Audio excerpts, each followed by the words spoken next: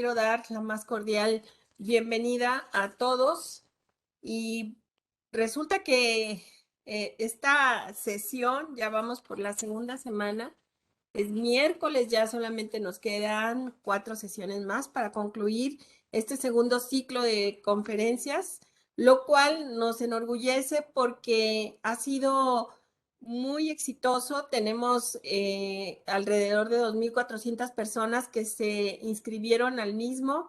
Aquí en plataforma varía un poco entre 500, 700, no, mentira, 600, 700 personas y el resto están por Facebook. Nos ven desde toda la República Mexicana y muchos lugares de América Latina, lo cual nos enorgullece y nos da más gusto aún. Es la ocasión en que se reunieron 7 países nuevamente en un tiempo récord. Entonces agradecemos como siempre su disposición.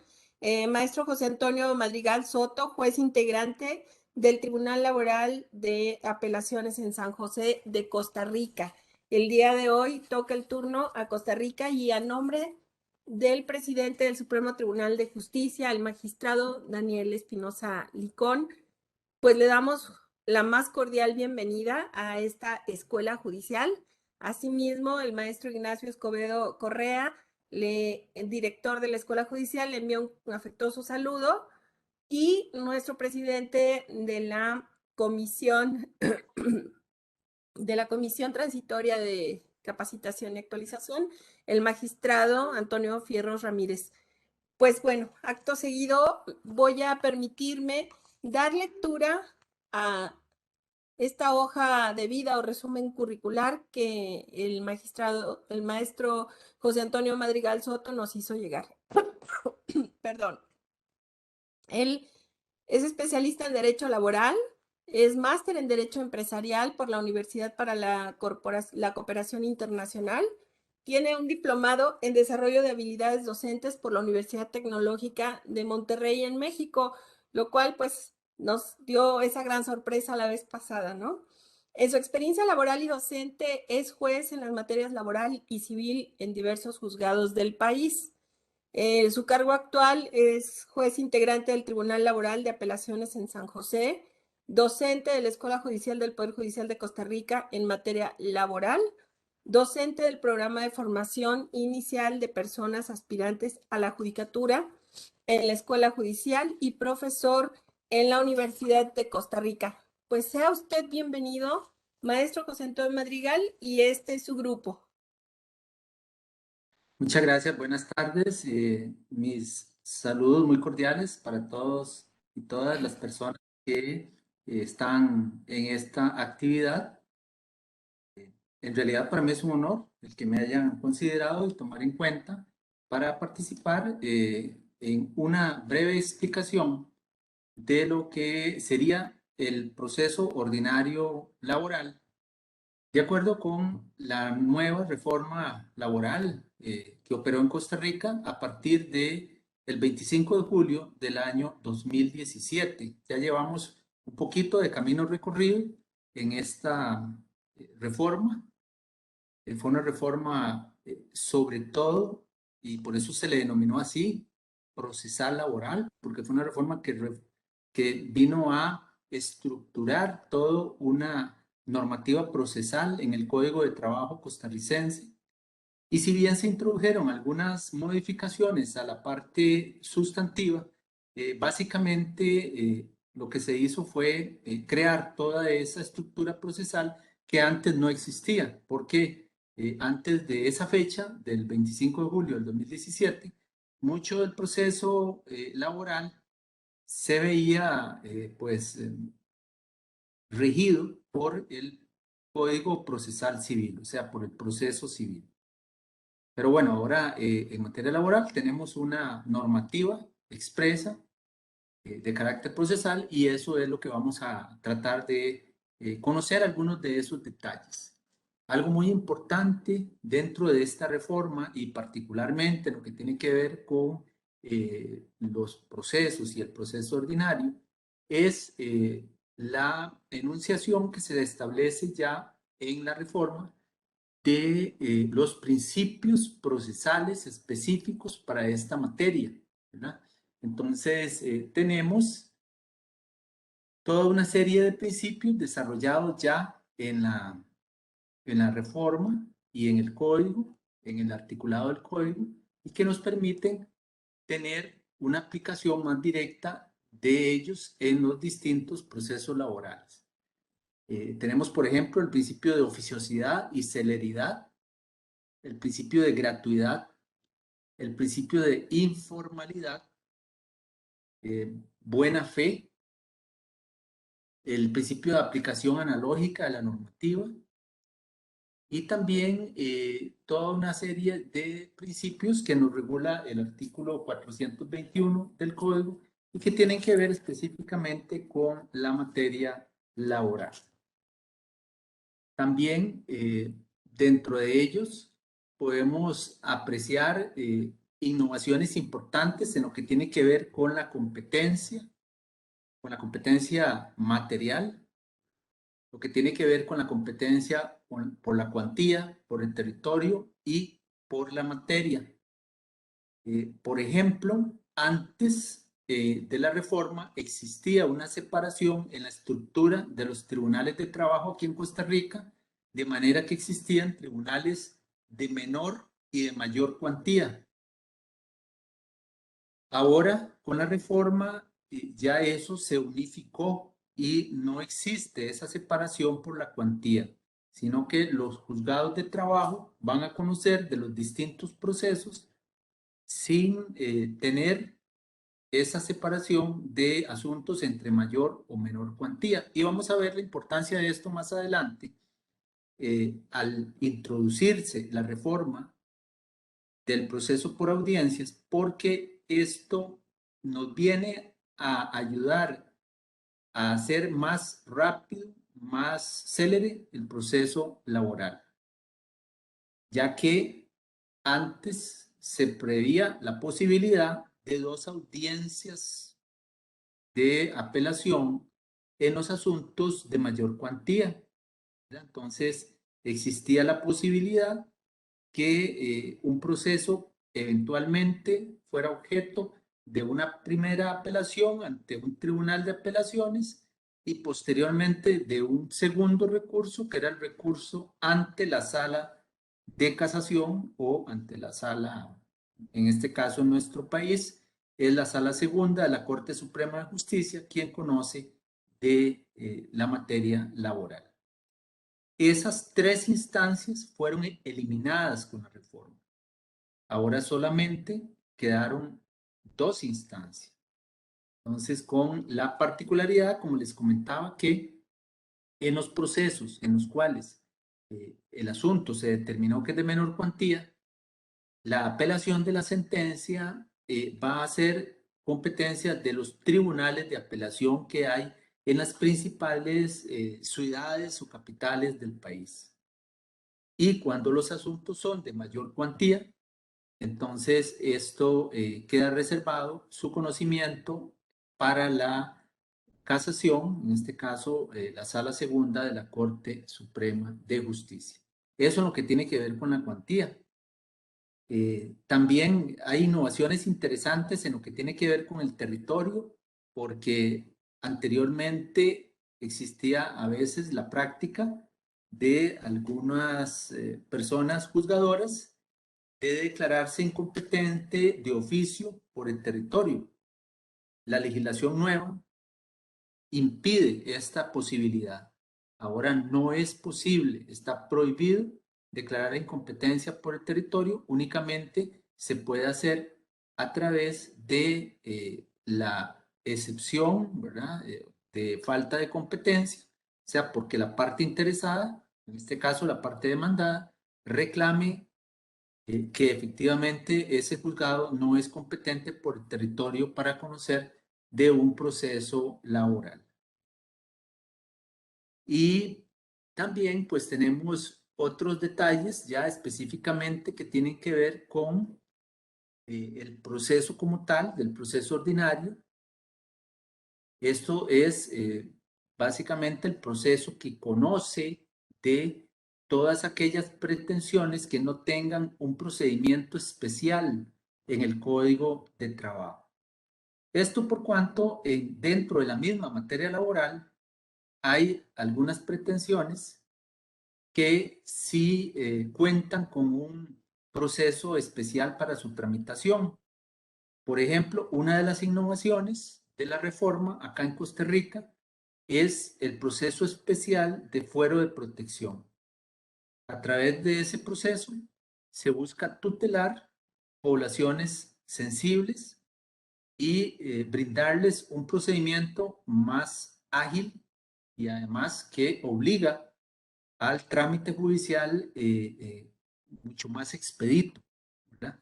Entonces, dentro de esas personas que pueden aspirar a este tipo de proceso, tenemos las personas menores de edad, personas trabajadoras menores de edad, eh, por ejemplo, personas, en este caso, mujeres en estado de embarazo o de lactancia, personas que sufren de algún tipo de discriminación y de hecho la legislación ahora hace una protección importante en el tema de discriminación.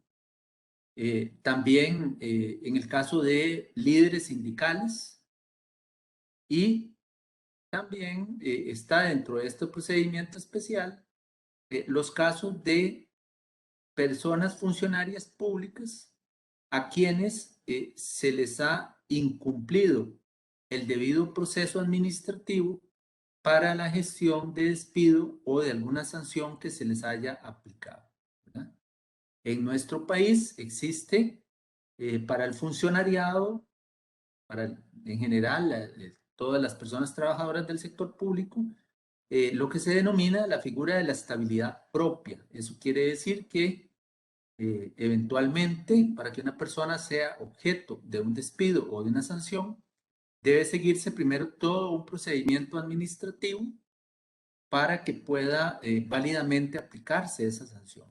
Si ese procedimiento administrativo o debido proceso incumple alguna de las garantías, pues entonces eso puede ser objeto de revisión judicial a través de este proceso especial de fuero de protección.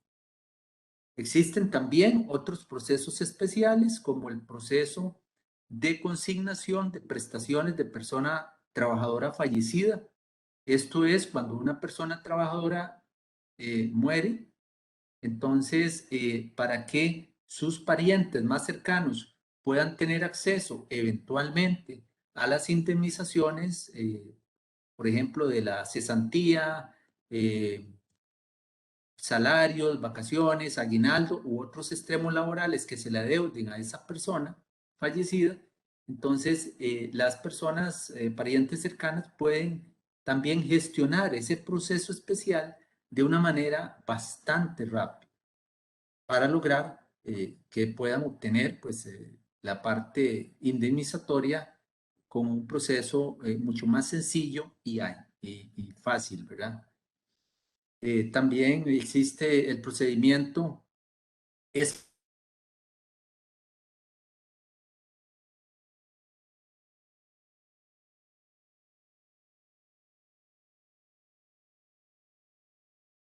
de cuando tenemos situaciones en las cuales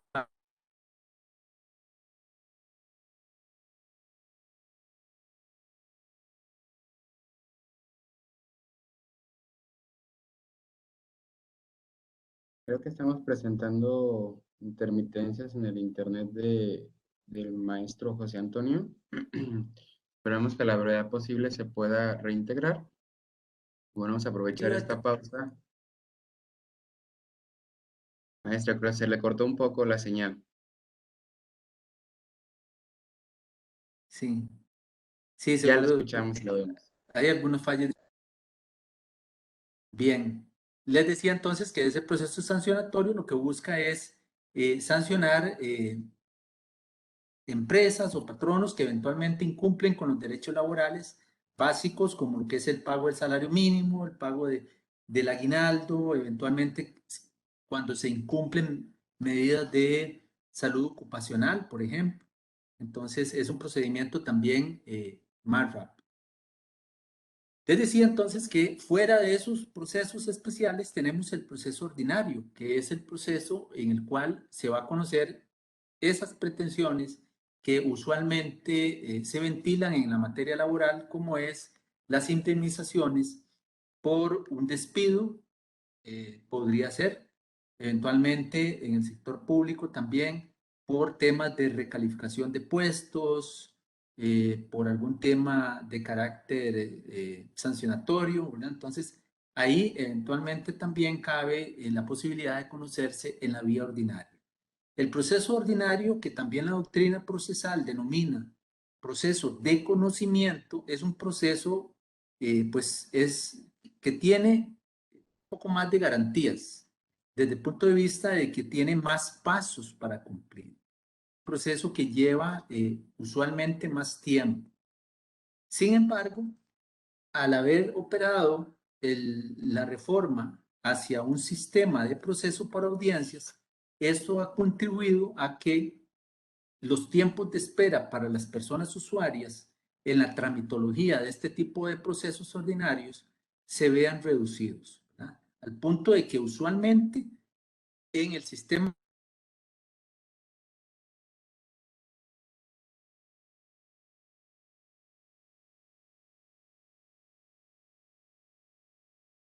Creo que seguimos prestando un poquito de interferencias.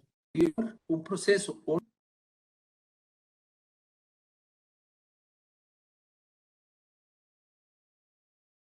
Les pedimos a nuestros asistentes pues comprensión, esto es totalmente normal en esta nueva era digital. En unos momentos se restablecerá la señal. Bueno, mientras, en lo que el maestro vuelve a la conexión, pues vamos a tratar de mencionarles algunos de los pendientes que hemos tenido con ustedes. Uno de ellos es comentarles que tenemos ya la liga de asistencia y que seguramente ya están en los últimos 15 minutos de esa posibilidad de registrar su asistencia diaria. Y decirles que 15 minutos después tendremos también la posibilidad de registrar la salida para que estén pendientes. Por otro lado, también comentarles que esta página de la Escuela Judicial del Supremo Tribunal de Justicia ofrece a todos ustedes la información necesaria para que estén al día en cuanto a los eventos que tendremos día con día. Maestro, lo recuperamos. Se Sí, nos fue un raro. ratito. Fue como un corte.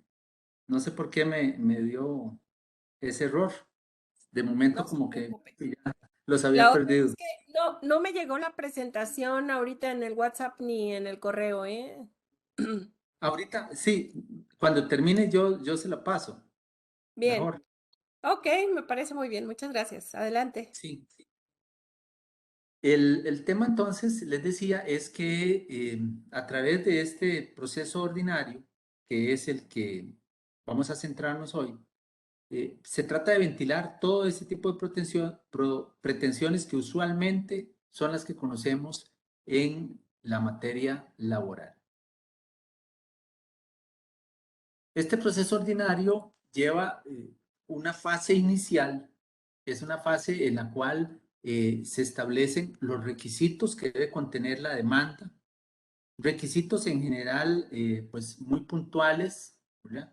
Se establece la necesidad, por ejemplo, de indicar e identificar muy bien a las partes involucradas en el proceso. También, por supuesto, eh, los hechos, ¿verdad? El cuadro fáctico o la relación de hechos que debe ser incluida en la demanda, las pretensiones, o sea, todos aquellos extremos que eventualmente la parte actora está gestionando, el ofrecimiento de las pruebas, de los medios probatorios correspondientes, y aquí, con la reforma, hay un aspecto importante y es que se debe adjuntar con la demanda todo lo que sean pruebas documentales, a las cuales la parte tiene acceso, la parte actora. Si hubiese documentos en los cuales la persona no tiene la posibilidad tener acceso, porque, por ejemplo, es información que está en oficinas públicas de acceso restringido, pues entonces, en esos casos, la parte lo que tiene que hacer es ofrecer el medio probatorio e indicar en cuál oficina o en cuál dependencia pública se encuentra para que la persona juzgadora pueda ordenar la remisión de esa prueba documental. También en el caso de que sea necesario realizar pruebas periciales, pues corre por cuenta de la parte actora el costo de esa prueba pericial. La única excepción a esta regla es en los casos de seguridad social, específicamente en los de riesgo de trabajo y también en los casos de pensión por invalidez, en los cuales el Estado costarricense, a través de una dependencia del Poder Judicial que se llama eh, Departamento de Medicina Legal, donde hay médicos expertos en medicina del trabajo, se les brinda a las personas trabajadoras el servicio de la evaluación médica en forma gratuita. Entonces, en esos casos, sí, no se tienen que depositar los honorarios de ese tipo de procesos. Bien, en el caso de que la demanda presente alguna omisión o algún defecto, pues entonces ahí lo que se hace es que se va a acudir a la figura que establece el código denominada demanda defectuosa. Ahí se le va a dar un plazo a la parte actora. Ese plazo es de 5 días hábiles para que eventualmente corrija los aspectos de la demanda que deban ser corregidos. Y de lo contrario, si no lo hace, la demanda puede ser declarada inadmisible. Si se corrige, pues entonces ya se le da curso a la demanda. El emplazamiento, en este caso, es un emplazamiento de 10 días hábiles. Es un solo plazo, lo cual fue reformado también con la reforma en un plazo único, ya que anteriormente establecía un rango de 8 a 15 días más o menos. Ese era el rango. Ahora no, ahora es un solo plazo fijo de 10 días hábiles, eso sí. Básicamente, esos 10 días hábiles se convierten como en 2 semanas para que la persona, en este caso demandada, la parte demandada, pueda contestar la demanda. Igual, con la contestación de la demanda, podría establecerse la contrademanda o, como también lo llama la doctrina, la reconvención, ¿verdad? Entonces, igual que como sucede en la materia civil, solo en los procesos ordinarios laborales es posible establecer contrademanda o reconvención, no así en los demás procesos especiales. Luego tenemos que con el emplazamiento, la parte demandada al contestar puede establecer una serie de excepciones o defensas, ¿verdad? Desde las excepciones que la doctrina llama procesales o formales, ¿verdad? Como son falta de competencia, falta de capacidad, caducidad, cosa juzgada, este tipo de excepciones, hasta las excepciones materiales o de fondo, como serían la falta de derecho, la falta de legitimación, el pago, por ejemplo, ese tipo de excepciones. Y eventualmente, luego de eso, es que de una vez, y aquí es donde viene la parte interesante con la reforma, porque una vez que se ha contestado, de una vez en el juzgado se realiza el señalamiento para la audiencia. En el proceso ordinario laboral, aquí en la reforma que operó en Costa Rica, a diferencia de la materia civil, que también fue reformada acá en Costa Rica, la regla es que opere una sola audiencia. Esto porque en materia civil sí se separa la audiencia preliminar, o como también llaman audiencia argumentativa, de la audiencia complementaria o de juicio.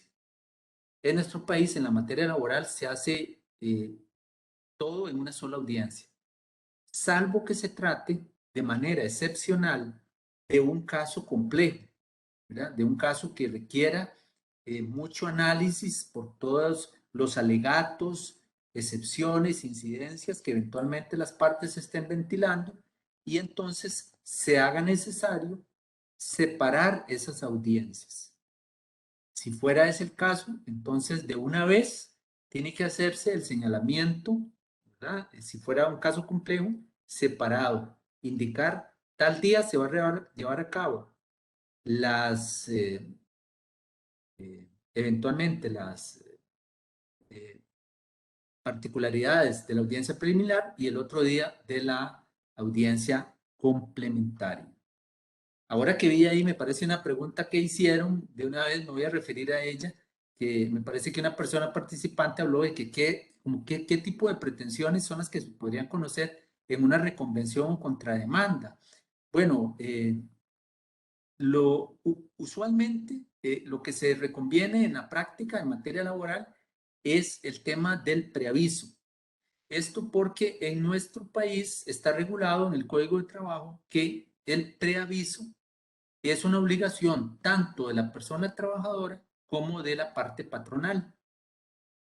Entonces, esto quiere decir que, por ejemplo, cuando una persona ha laborado por más de un año en una empresa o para una persona física, se le debe otorgar un preaviso de un mes completo.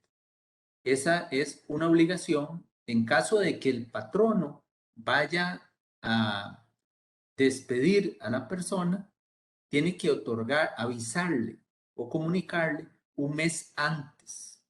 Ese es de hacer efectivo el despido, tiene que darle, como su palabra lo dice, ese aviso previo. Y si es la persona trabajadora quien se va a retirar porque le ofrecieron un mejor empleo en otro lugar, por ejemplo, entonces esa persona trabajadora está en la obligación de comunicarle a su patrón con un mes de anterioridad, si ha trabajado más de un año, para que el patrono pueda eventualmente en ese periodo ir consiguiendo a una persona que lo sustituya en el puesto de trabajo. Si el trabajador se va de el trabajo y después presenta algún proceso judicial reclamando, por ejemplo, que no se le pagó vacaciones o aguinaldo, o que se le deben salarios atrasados u horas extra, por ejemplo, el patrono ahí podría contrademandar o reconvenir a ese trabajador para que a su vez le pague ese preaviso, el costo de ese preaviso que no le cumplió. Ese costo equivale a un mes de salario. Entonces, eso podría, es lo que ocurre en la práctica en los temas de reconvención o contrademanda en esta materia. Bien, les decía que luego que se ha conocido el tema de las excepciones, sí es muy importante y así el código prevé que la excepción de falta de competencia, como es lógico y natural, debería de resolverse antes de la audiencia, porque no podemos ir a audiencia si se nos está cuestionando la competencia. Pero yo voy más allá, no solo en el tema de la competencia. Hay particularmente un par de situaciones más en las que eventualmente podría ser necesario que conozcamos antes de la audiencia, como sería el caso de una falta de capacidad o una defectuosa representación, porque en esos casos también no podemos llegar a la audiencia si eventualmente alguna de las personas involucradas en el proceso no tiene la capacidad jurídica, digamos, para estar en ese proceso. O se presenta una defectuosa representación. Me explico. Por ejemplo, la parte demandada es una entidad financiera y resulta que la entidad financiera apersona como su representante legal a un gerente que el poder que tiene de representación es hasta cierto monto de dinero, pero resulta ser que la estimación del proceso supera ese monto. Entonces ahí estaríamos ante una defectuosa representación, porque ese representante legal de esa entidad financiera no tiene el poder suficiente para representar a la entidad. Entonces no podemos ir a audiencia en esas condiciones. La idea es que la persona juzgadora, como directora del proceso y como gestora del proceso, pueda eventualmente realizar los correctivos procesales necesarios para llegar a la audiencia de la manera más clara posible, ¿verdad? Que podamos realizar la audiencia sin mayor contratiempo. Eso es un consejo, una circunstancia que es muy importante para todos los procesos por audiencias, ¿verdad? En los distintos países en los que ha operado este tipo de reforma, en donde se ha, digámoslo así, privilegiado la audiencia oral y que entonces debemos de tratar de que la misma se haga sin mayor impedimento para que no se atrase el trámite del proceso. Bien, existe la posibilidad en nuestro código también, en toda esta parte del proceso ordinario, lo inicial, la voy a tocar, de lo que se ha denominado la sentencia anticipada. ¿Qué quiere decir esto de la sentencia anticipada? Bueno, es que eventualmente, ante ciertas causales o ciertas situaciones, podría la persona juzgadora tomar de una vez la decisión de fondo, por medio de una sentencia razonada, por supuesto, sobre ciertos aspectos que puntualmente regula la legislación, el código. Esto de la sentencia anticipada está regulada particularmente para los casos de prescripción de cosa juzgada, también eventualmente para lo que es la transacción, ¿verdad? Cuando el derecho ha sido ya transado extrajudicialmente, o cuando es evidente que la demanda que se ha interpuesto conlleva un fin ilícito o prohibido, ¿verdad? O se trata de una demanda simulada por un tema de abuso procesal. Eventualmente también en esos casos podría la persona juzgadora emitir una sentencia anticipada. Por supuesto, antes de hacer eso, debe de brindar la audiencia correspondiente por el cumplimiento del debido proceso y del contradictorio, y escuchar a las partes antes de tomar esa decisión. Con esa decisión se podría finalizar el proceso de una manera mucho más rápida, por eso se le llama así, sentencia anticipada. Existe también dentro de esta categoría del proceso ordinario lo que se ha llamado los procesos o asuntos de puro derecho. Estos procesos son aquellos que no requieren la realización de las audiencias en el proceso ordinario. Se trata de procesos básicamente de carácter argumentativo, que se sustentan en prueba documental y en la interpretación, por supuesto, que se haga a la normativa y a esa prueba documental. Entonces, en esos procesos no hay audiencias. Una vez que se contesta la demanda, que se ha aportado toda la documentación correspondiente, lo que procede nada más es que la persona juzgadora eventualmente la pueda conocer, la pueda interpretar y de esa manera pues decidir en sentencia acerca del fondo del asunto. No obstante, a pesar de que no existen las audiencias, sí es necesario brindar un espacio a las partes para que emitan sus conclusiones, o sea, sus argumentos de fondo. Esta es un espacio que se brinda a las partes para que lo hagan de manera escrita.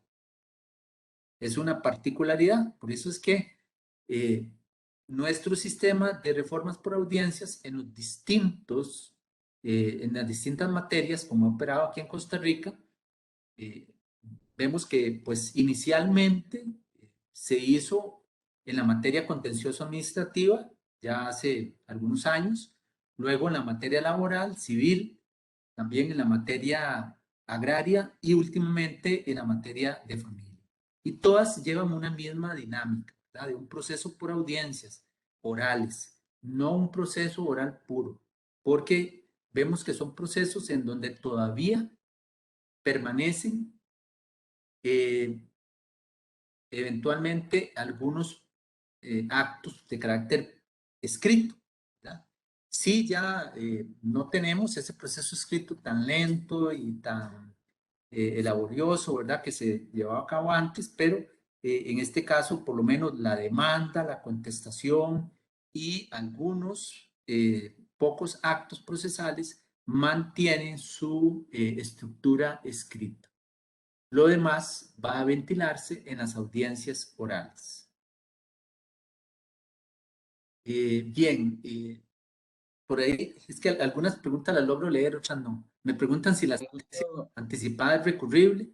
Ahí si no al final las vemos. Efectivamente, sí, la sentencia anticipada es recurrible, igual que si fuese una sentencia emitida como producto ya de un trámite de audiencias o uno de estos de puro derecho que les comentaba.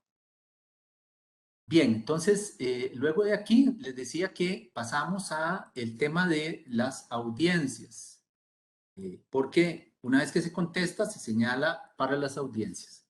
En esa audiencia, como regla general va a ser una sola, va a comprender de una primera fase, que es la fase preliminar o fase argumentativa. En esta primera fase lo que vamos a ver es, en primer lugar,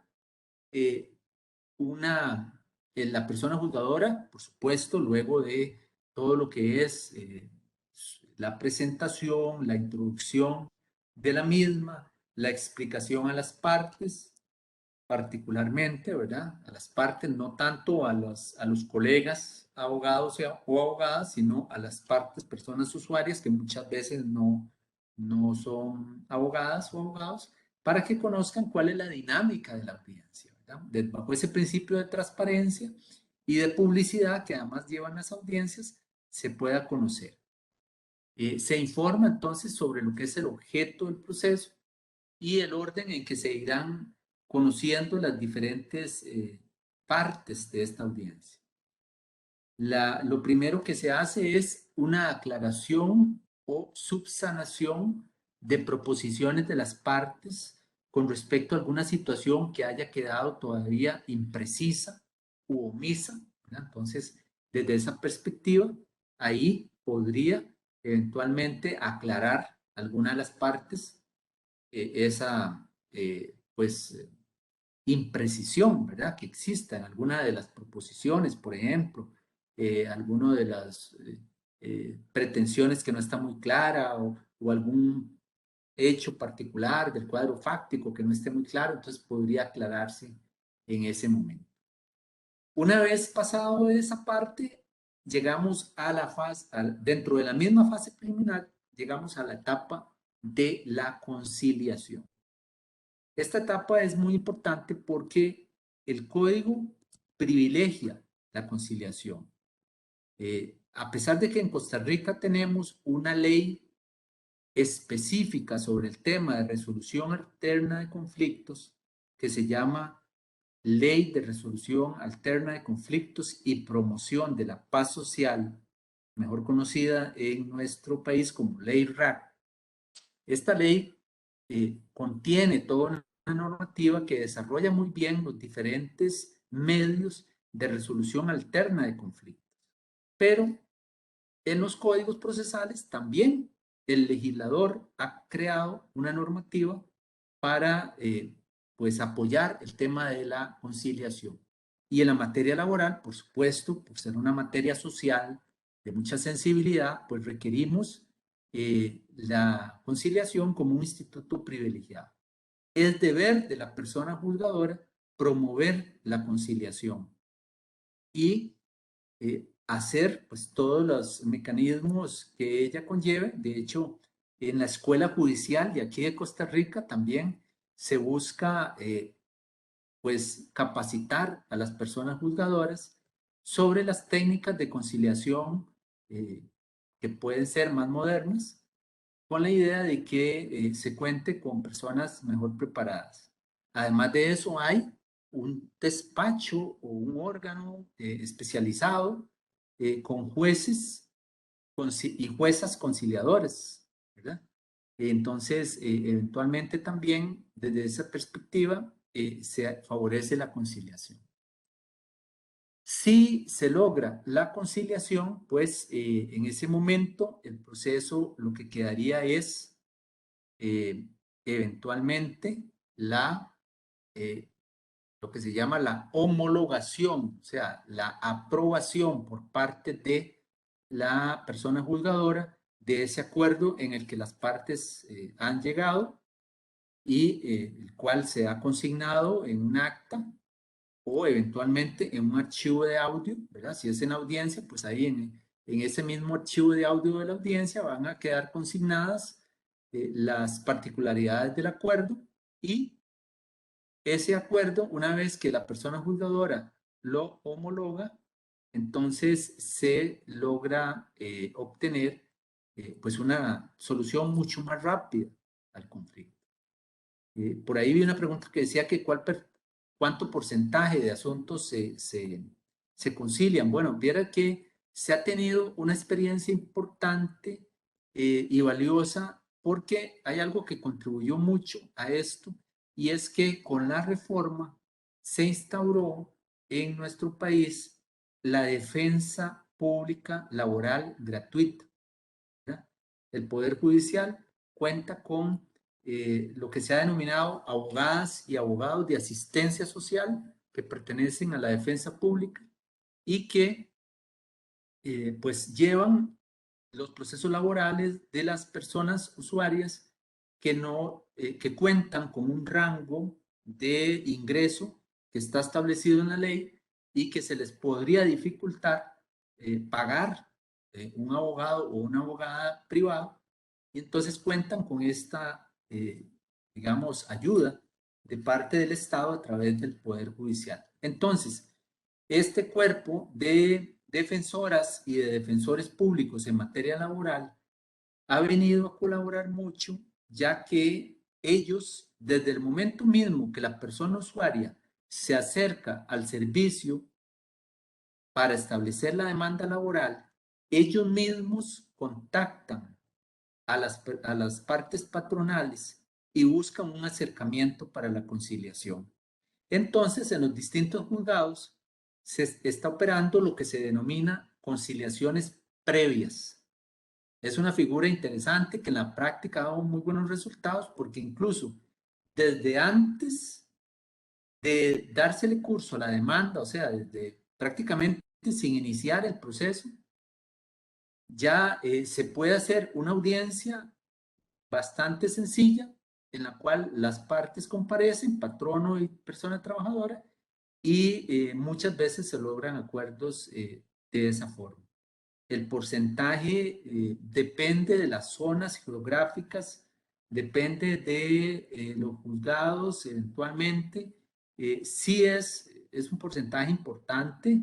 Yo me atrevería a decir que por lo menos en los despachos que conozco de las áreas más pobladas, más importantes de aquí del país, podríamos estar hablando, no sé, de un 30%, en algunos casos un 35% de los asuntos que entran pueden eventualmente conciliarse. Y bueno, si no pudiera llegarse a una conciliación en esta fase preliminar, lo que procede es que eventualmente se discuta aspectos que tienen que ver con eventuales correcciones del proceso. Si hay algún aspecto que podría generar una nulidad futura porque sea necesario corregir una situación, por ejemplo, que no se dio audiencia sobre alguna prueba, alguna cuestión de ese tipo, entonces debe hacerse acá, antes de entrar a la fase propiamente de juicio o complementario. También, si se ha interpuesto excepciones previas, como les comentaba antes, excepciones como caducidad, eventualmente, prescripción, cosa juzgada, ese tipo de excepciones, y sea necesario recibir en ese momento o evacuar algún medio probatorio, acá es donde se debe hacer, en esta fase preliminar, para resolver ese tema. Las actuaciones también que lleva esta fase preliminar tienen que ver con el traslado sumarísimo de las pruebas allegadas al expediente, ¿verdad? Esto para que eventualmente acá podría alguna de las partes hacer una solicitud de alguna prueba complementaria. Por ejemplo, alguna prueba, eso sí, la prueba complementaria que se denomina ahora en la reforma es lo que, por lo menos en nuestro sistema anteriormente, se conocía como prueba para mejor proveer. O sea, es una prueba que en el momento inicial del proceso las partes no tenían conocimiento de ella o eventualmente no tenían pues acceso, no había alguna situación impidió que esas probanzas llegaran a tiempo y entonces podrían insistir en que se solicite ese medio de prueba ahora por medio de lo que se denomina prueba complementaria. Esto tendría que ventilarse también en esta fase para que pueda eventualmente también ser probanzas que sean consideradas ya en la fase complementaria o de juicio. Una vez que se ha definido todo eso, por supuesto también hay que definir el objeto de debate, ¿verdad? Y el objeto de debate va mucho en función de las pretensiones que las partes tengan del proceso, tanto las pretensiones de la parte actora como eventualmente las excepciones que las partes demandadas hayan establecido, porque en función de ese objeto de debate es que vamos a recibir los medios de prueba. Y además hay que tener claro qué es lo que se va a conocer. A veces ocurre mucho en audiencia que si no se tiene claridad en cuanto a este tema, las personas litigantes, los abogados y abogadas litigantes y a veces la misma persona juzgadora podría empezar a interrogar testigos o peritos, por ejemplo, sobre temas que no tienen mayor interés para el fondo del asunto. Pero si nosotros logramos delimitar bien el objeto de debate, qué es lo que se pretende, qué es lo que interesa realmente en este proceso, demostrar, por supuesto que eso va también, recordemos, mucho en función de los hechos controvertidos relevantes, ¿verdad? Porque, bueno, si no son hechos controvertidos, no va a haber ningún problema. Fueron hechos eventualmente aceptados. No va a ser necesario que estemos utilizando prueba. Y además que sean hechos relevantes, o sea, que sean hechos que vayan a introducir información de interés para el proceso y para la decisión que la persona juzgadora va a tomar. Y así hacemos, por supuesto, que la técnica de interrogatorio sea mucho más fluida, como vamos a ver, ¿verdad? Porque si en el interrogatorio o contrainterrogatorio que vayamos a hacer a los testigos no estamos introduciendo elementos ajenos al objeto de debate, pues eso nos va a facilitar la técnica. Bien, entonces ya en la fase segunda, que es la fase complementaria o fase de juicio de la audiencia, en esta fase, pues si es necesario, se puede dar lectura de algún documento que sea de interés para las partes. Eso es posible si las partes así lo solicitan. Y luego entramos a la prueba que sea necesario recibir. En este caso, en primer lugar, se recibiría a las personas peritos, ¿verdad? Si hay alguna prueba pericial que recibir, esa sería la prueba que se va a recibir de primero. Luego de las personas peritos se va a recibir la declaración de las partes, o sea, este medio probatorio que se denomina declaración de parte, que comprende también, eventualmente así está estipulado en la materia laboral, lo que es la prueba confesional. La prueba confesional puede también darse, por supuesto, sobre hechos contrarios a los intereses de quien confiesa. Y posteriormente a eso, pues procederemos a recibir la prueba testimonial que las partes hayan ofrecido oportunamente.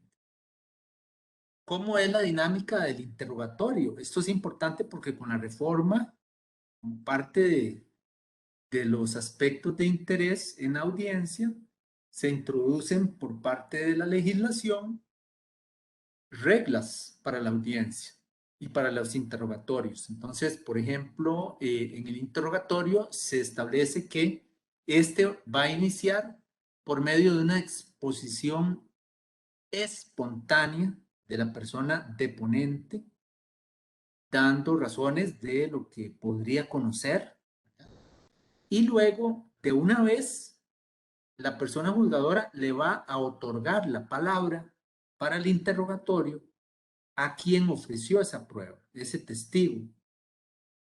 No, esto es importante porque antes de la reforma existía una práctica que algunos criticábamos acá, y era la práctica del juez preguntón. Y es que usualmente se llamaba al testigo y el juez prácticamente hacía todas las preguntas. Entonces, las personas litigantes se quedaban, los colegas litigantes, se quedaban sin preguntas. Y su teoría del caso se podría ver afectada. ¿Ya? Entonces, ahora con el proceso por audiencias, la teoría del caso es más respetada, se privilegia en ese sentido. ¿Por qué? Porque esa prueba es de las partes. Entonces, como es de las partes, el juez básicamente le otorga la palabra a la parte proponente en primer lugar para el interrogatorio y luego a la parte contraria para lo que tiene que ver con el contrainterrogatorio. No sé, alguien puso que no se escuchaba bien. ¿Ustedes, hay algún problema de audio? ¿Me escuchan bien? Se escucha perfectamente, maestro José Antonio. Ah, De bueno, hecho, gracias. hay algunas preguntas en Facebook Live y en el chat que estoy compilando para cuando usted Ok, me indique le doy lectura. perfecto, gracias. Entonces les decía que eventualmente se da esa participación a las partes para hacer el interrogatorio y contrainterrogatorio, y al final, si la persona juzgadora tiene alguna duda, entonces podría aclarar. Pero vemos cómo cambia, cómo se invierten los papeles, porque ya no tenemos ese juez preguntón.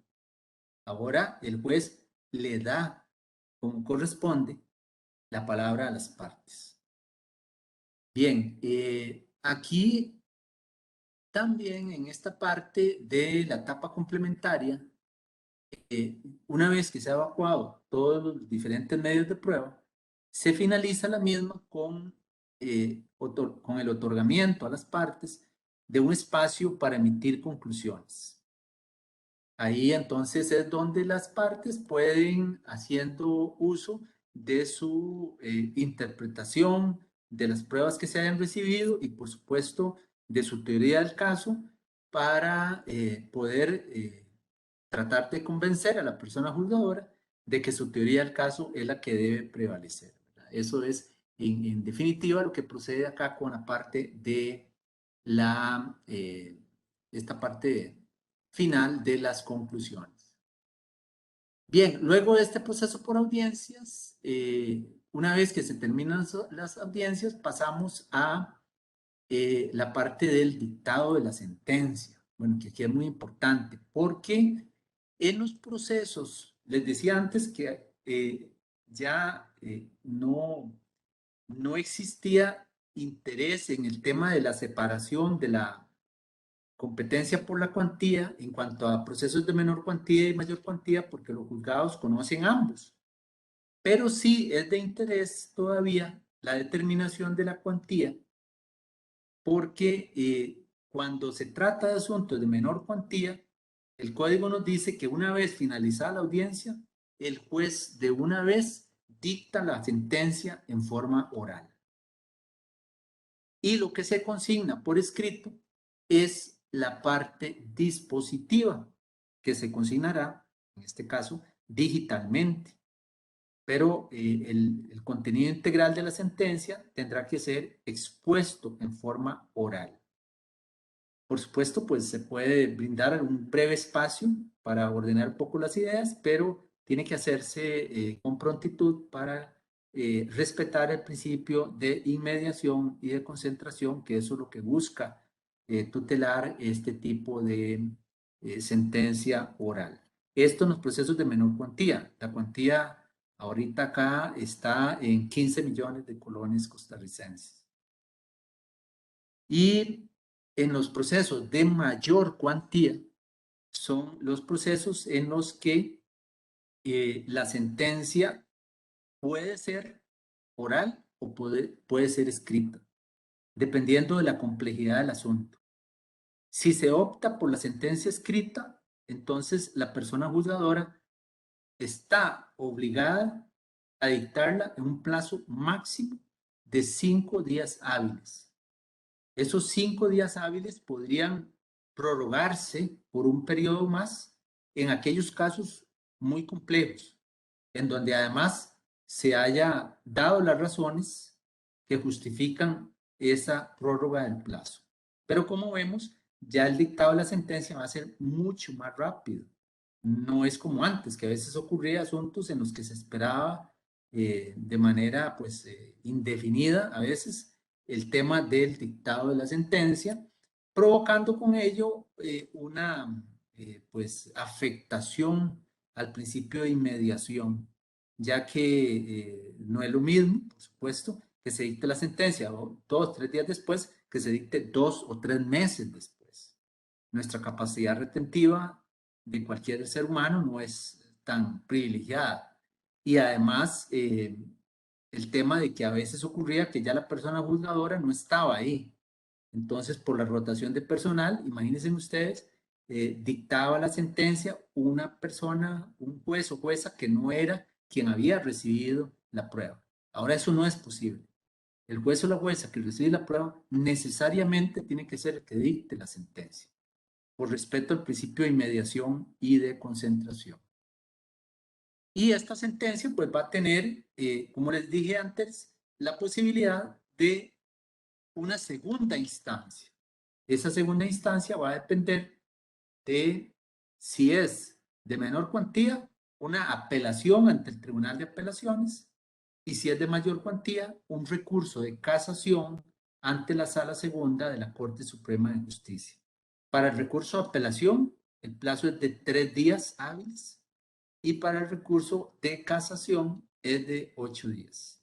Entonces, desde esa perspectiva, en realidad el recurso de casación puede ser un poquito más estructurado, un poquito más complejo, pero no es un recurso tan formalista como el recurso de la materia civil, por ejemplo, porque lo que se busca es que la parte tenga esa posibilidad, garantizar siempre a la persona usuaria esa doble instancia. Es un principio constitucional que además reconocen diferentes instrumentos internacionales del derecho convencional, no solo en Latinoamérica, en otras partes del mundo, y que Costa Rica pues ha reconocido también ese respeto a la doble instancia de esta forma. Bueno, hay muchas otras cosas por las cuales podríamos seguir hablando de estos temas, ¿verdad? Específicamente sobre proceso de impugnación, por ejemplo, ya es todo otro tema, abordar todo el tema de proceso de impugnación, pero para no cansarlos mucho, podemos dejarlo para acá y entrar con las inquietudes que ustedes tengan. sin perjuicio, por supuesto, que veamos otros puntos en las mismas respuestas que se puedan ver a las preguntas. Claro que sí. Si me No sé permite, le daré si lectura a me las colaboran con preguntas esto de que las lo requieren. preguntas. Sí, claro. ¿Sí me escucha? ¿Me ¿Sí le escucha? escucho? Perfecto. Sí. Le daré lectura Ah, como que se le cortó un poquito. a las preguntas. ¿Está otra o me escucha un poco mejor? Mm, ¿Ya me percibe? es que como que se entrecortó. Ok, ¿ya me escucha mejor? Ahora sí. Perfecto. Pregunta Gustavo Estrada. ¿En Costa Rica el juzgado es mixto o es especializado en materia laboral? Sí, a esa primera pregunta debo decirle que precisamente por las limitaciones, más que todo de carácter económico, presupuestario, el Poder Judicial ha estructurado los juzgados de tal manera que los juzgados especializados de la materia laboral están en los centros de población más importantes, que son lo que nosotros denominamos aquí las cabeceras de provincia. Entonces, en estos centros de población más importantes, sí hay juzgados especializados en la materia laboral. En el resto del país, en las zonas fuera del área metropolitana, digamos, en las zonas de menos concentración poblacional, hay juzgados mixtos que conocen básicamente la materia civil y laboral de manera conjunta. Muchas gracias. Pregunta Héctor Sánchez. ¿Tienen audiencia conciliatoria? Sí, claro. Esa audiencia conciliatoria, como les decía, en el tema de la conciliación, en realidad, hay mucha flexibilidad acá, porque si bien es cierto, como les comentaba antes, es un paso necesario que hay que dar en la fase preliminar de la audiencia, lo cierto del caso es que por la ley especial esta que tenemos, que es la ley de resolución alterna de conflictos y promoción de la paz social, esa ley le permite a la persona juzgadora convocar audiencias de conciliación en cualquier momento del proceso, desde su inicio e incluso en fase de ejecución. En cualquier momento que haya anuencia de las partes a la posibilidad de una conciliación, hay que promoverlo.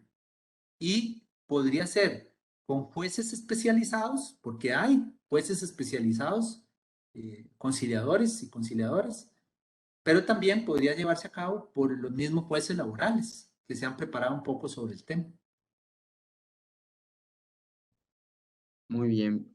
Pregunta Luis Rey López. ¿No resulta perjudicial para el mismo trabajador que avise a su empleador de su nueva oportunidad de trabajo? O no sé si en su país la nueva fuente de empleo espera que el trabajador cumpla ese mes en su empleo actual para que se incorpore con ellos. Perdón, es que la primera parte se me entró, como que ¿Se se cortó un entrecortó, poco? entonces no, por favor. Vuelvo a repetir. ¿No resulta perjudicial para el mismo trabajador que avise a su empleador de su nueva oportunidad de trabajo? O no sé si en su país la nueva fuente de empleo espera que el trabajador cumpla ese mes de su empleo actual para que se incorpore con ellos. Ok, sí, ya le capté el tema del preaviso. Bueno, esto tiene mucho que ver con, eh, digamos, el tema de que la persona trabajadora pueda negociar eso, que pueda negociarlo con su actual patrono y que también pueda negociarlo con el nuevo patrono en el empleo al que aspira, porque ciertamente, pues el sector patronal de acá conoce bien la legislación y sabe que existe esta obligación de la persona trabajadora. De modo que si un trabajador o trabajadora desea cambiar de trabajo, tiene que, como les decía, cumplir con ese deber. Eso depende de el tiempo que haya estado. Si la persona trabajadora tiene en el empleo actualmente de 3 meses a 6 meses. Antes de los 3 meses no tiene la obligación. Pero si tiene más de 3 meses o hasta 6 meses, entonces el periodo que tiene que dar el aviso es de 8 días.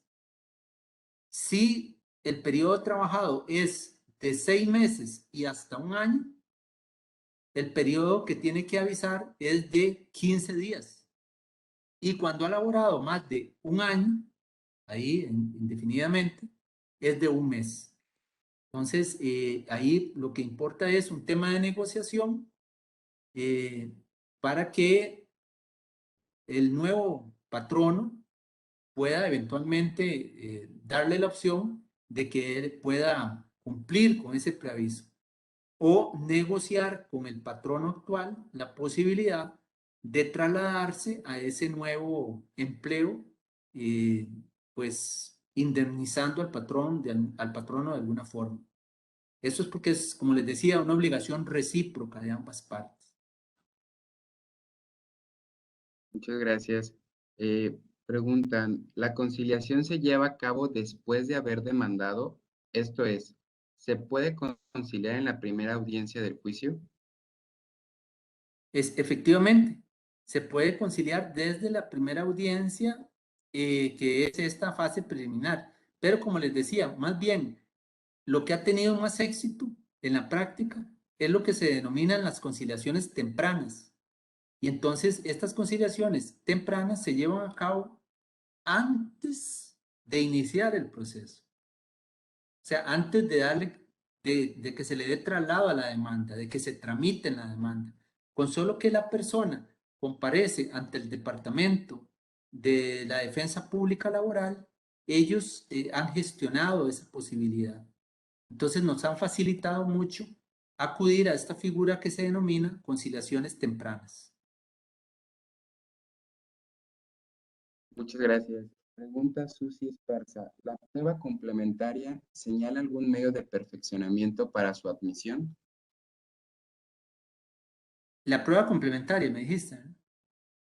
Sí. Sí, la prueba complementaria básicamente lo que busca es que se trate de una prueba, como les dije anteriormente, que no fuera posible haber obtenido anteriormente, o bien que no se conocía de ese medio probatorio, ¿verdad?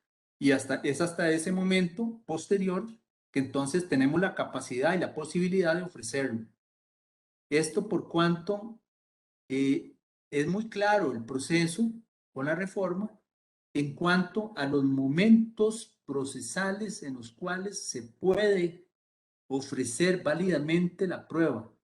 Y esos espacios o esos momentos procesales, perdón, son básicamente la demanda, o sea, con la demanda, con la contestación, con la reconvención o contrademanda y con la réplica, que es la contestación a esa contrademanda.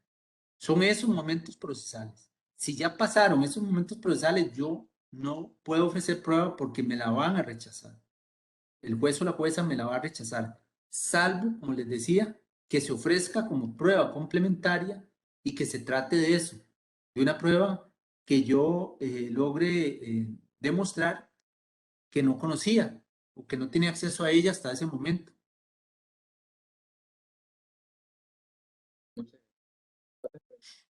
¿Cuántas audiencias se llevan diarias en un juzgado laboral de juicio en Costa Rica y cuántas son las que se solucionan por un convenio por una prueba complementaria? Bueno, usualmente la dinámica es que se hace un señalamiento de audiencia por día, por juez, por persona juzgadora, ¿verdad? Entonces, por ejemplo, como los despachos, los juzgados tienen varios jueces, se harán tantas audiencias como cantidad de jueces o juezas haya. Por ejemplo, si un juzgado tiene 5 jueces y juezas, pues entonces diariamente es probable que ahí se hagan 5 audiencias. Y eventualmente De esas 5, como les decía, es un poco difícil poder estimar cuáles se van a conciliar o cuáles no, pero sí hay un porcentaje, como yo les dije anteriormente, así, de una manera muy aproximada, que podría ser un 30% de ellas que se logra conciliar. ¿Y en cuál es algo así? Me parece que se refería a la prueba complementaria. Bueno, vieran que eso es excepcional.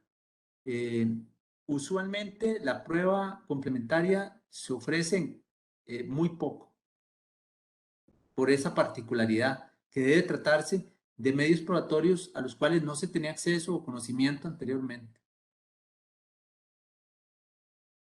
Gracias. Pregunta Linda Álvarez.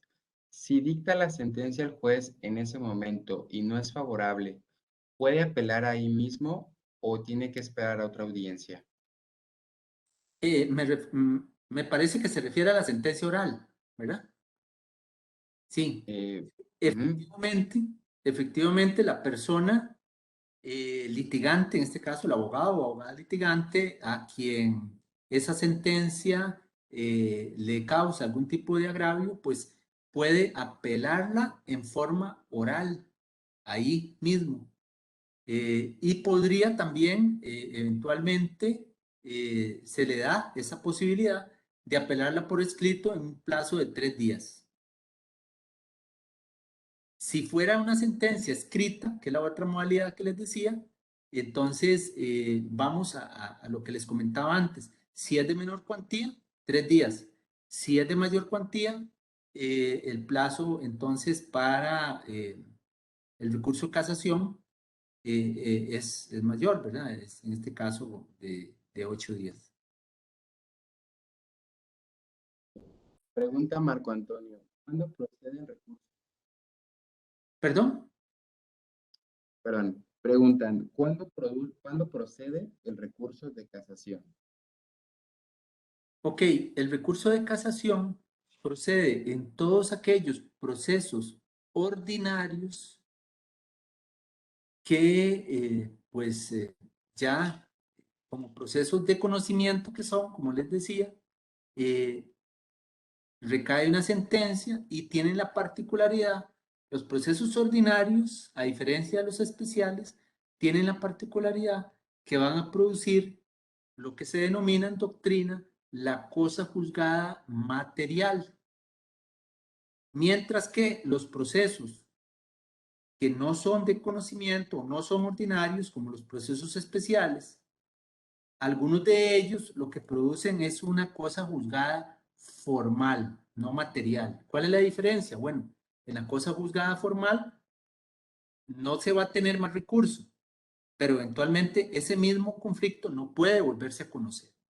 En cambio, en los procesos ordinarios, que sí se produce la cosa juzgada material, ese conflicto ya no va a poder volverse a conocer de nuevo.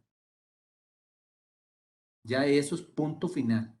Entonces, por eso es que se reserva a que sea, digamos, el más alto tribunal en la materia laboral, como sería en este caso la Sala Segunda de la Corte Suprema de Justicia, quien deba conocer de esos recursos.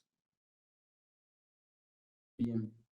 Pregunta Raimundo, ¿cómo se produce la acción espontánea inicial de los testigos y declarantes? Disculpa, vieras que no te escuché al inicio. No se preocupe, vuelvo a repetir, también estoy presentando algunas fallas en la red.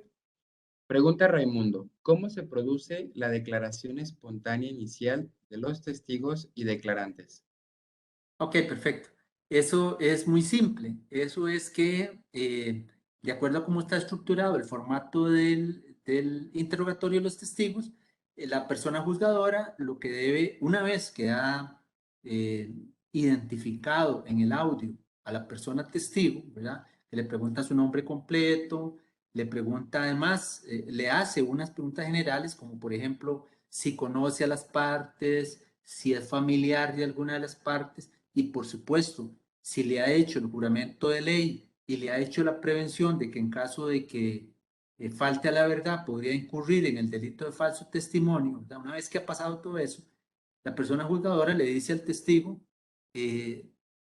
bueno, usted, por ejemplo, usted fue ofrecido como testigo en este proceso por el actor o por la parte demandada. ¿Qué conoce usted de la situación entre ellos, por ejemplo?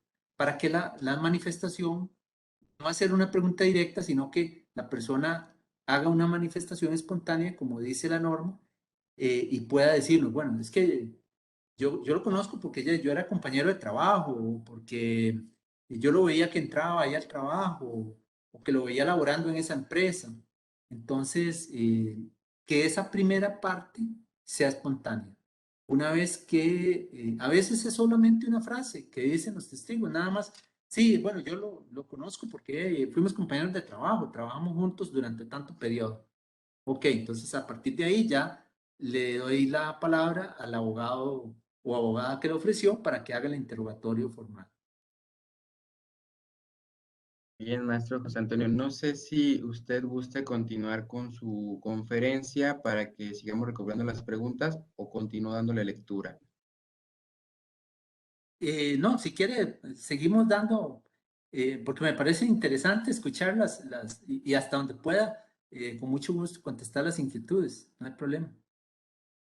Muy bien. Pregunta nuevamente Raimundo. ¿En una misma causa pueden existir sentencia anticipada y sentencia de fondo? De ser así, si las pruebas valoradas en la primera tienen relación con el fondo, ¿es independiente la valoración o se encuentra determinada por la primera que se haya hecho? No es posible que existan las dos sentencias, porque la sentencia anticipada va a referirse a estos temas que les decía, ¿verdad? Como la posibilidad de fondo de un móvil prohibido, de una cosa juzgada, de una caducidad, de una transacción, y eso tiene también la particularidad de ponerle fin al proceso. Entonces, o hay sentencia anticipada o hay sentencia de fondo, no pueden haber las dos. Muchas gracias. Preguntan, ¿el código que manejan señala alguna excepción para acudir a la conciliación? Es decir, que ciertas personas estén exceptuadas de acudir a la conciliación y pasen directamente a la audiencia preliminar. Bueno, existe una limitación en nuestro país para la conciliación cuando está de por medio el Estado, ¿verdad? Cuando el patrono es el Estado, porque el órgano que representa los intereses del Estado en nuestro país es la Procuraduría General de la República. Entonces, cuando se trata de una demanda contra una institución pública, que pertenece al Estado, digamos, entonces la Procuraduría tiene algunas limitaciones. Ellos solo en algunos casos es que acceden de manera excepcional a conciliar, pero la regla general es que usualmente no concilian. Entonces ya se sabe que en esos casos, lastimosamente, no se puede llevar a cabo la conciliación y se pasa de una vez a las siguientes etapas. Muchas gracias. Daré lectura a la siguiente pregunta. ¿Qué pasa cuando el testigo no se presenta a la audiencia? Muy buena pregunta, es interesante. Bueno, si el testigo no se presenta a la audiencia, aquí hay una particularidad. Si la parte interesada gestionó y tramitó lo que se llama la orden de citación, que es un documento judicial que esa parte como interesada es la que tiene que llevar al testigo para que la firme y presentarla al despacho antes de la audiencia, para que de esa manera quede constando que ese testigo ya está enterado del día y la hora de la audiencia. Y si ese testigo no se presenta, bueno, si es por una causa justificada, como seres humanos que somos, por supuesto, ¿verdad? Una enfermedad, una incapacidad, alguna situación así, pues eventualmente se puede reprogramar la audiencia. Pero si es por una causa injustificada, perdón, no se justifica la causa, entonces ese testigo puede ser citado nuevamente y traído a la fuerza por medio de la fuerza pública, o sea, de la policía. Puede ser traído a la fuerza. Pero si no se gestionó orden de citación, entonces no es posible hacer eso. De tal manera que ya sería, pues en este caso, el perjuicio para la parte que lo ofreció y se va a quedar sin esa prueba. Muy bien. Daré lectura a la siguiente pregunta. ¿Existe alguna estadística de juicios laborales sin resolver y cuáles serían sus causas principales? Bueno, en tesis del principio, en nuestro país, por el principio constitucional que se establece, la persona juzgadora siempre tiene que resolver, a pesar de que eventualmente incluso se establece esa obligación, a pesar de que no haya una norma expresa relacionada con ese conflicto. El juez aún así debe de crear el procedimiento y eventualmente tomar una decisión, porque hay un principio constitucional de acceso a la justicia. Lo que sí ocurre, entonces, en tesis de principio no pueden quedarse asuntos sin resolver. Lo que sí ocurre, lastimosamente, a veces, es que se llega a una sentencia favorable a la persona trabajadora, pero por las circunstancias de la parte patronal, que no tenga bienes en donde ejecutar esa sentencia, y esa sentencia se nos convierta en una sentencia de papel, como decimos nosotros, ¿verdad? Que no podría ejecutarse, porque la persona contra quien va dirigida no tiene bienes, no le podemos embargar. Y entonces, lastimosamente, a veces ocurre eso. Muchas gracias. Pregunta Raimundo, ¿existe algún recurso contra la decisión que declara la improponibilidad de la demanda? Ok, sí. Efectivamente, el tema de improponibilidad aquí está más desarrollado en la materia civil que en la materia laboral, pero la materia laboral lo plantea desde esa visión que les decía, desde el tema del móvil prohibido, ¿verdad? O de la demanda ilícita con fines ilícitos, y desde esa perspectiva, por supuesto, en caso de dictarse una sentencia anticipada por presupuestos de improponibilidad, como los que les comenté, también tiene recurso. En este caso, depende, puede ser apelación o casación, dependiendo de la cuantía. Muchas gracias, maestro José Antonio. Y bueno, estamos recibiendo muchísimos comentarios, tanto en el chat de Facebook como aquí en Webex. Sobre todo felicitaciones y comentarios positivos. Nos dice Diana, gracias por su ponencia, excelente ponencia, gracias como siempre. Y bueno, son infinidad de estos comentarios. Tenemos una pregunta más. ¿En qué caso hay presunción legal? Presunción legal. Bueno, eso es muy interesante. Existe una presunción legal que en nuestro caso es la presunción de veracidad sobre el contenido de la demanda. En nuestra reforma, esto es un aspecto, agradezco la pregunta porque es un aspecto muy importante que introdujo la reforma.